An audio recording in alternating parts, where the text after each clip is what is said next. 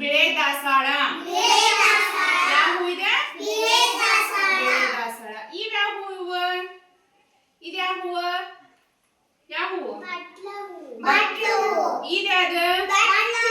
ಬಟ್ಲು ಹೂವು. ಇದ್ಯಾವುದು? ಕನಕಾಂಬರ. ಯಾವ್ದಿದೆ? ಕನಕಾಂಬರ. ಇದ್ಯಾವ ಹೂವು? ಮಲ್ಲಿಗೆ. ಇದ್ಯಾವ ಹೂವು? ಇದ್ಯಾವ ಹೂ ಇದೆ? ಯಾವ್ದಿದೆ? ಯಾವ ಹೂ ಇದೆ? ಸೂರ್ಯಕಾಂತಿ. ಇದ್ಯಾವುದು? ಇದ್ಯಾವ ಹೂ ಇದೆ?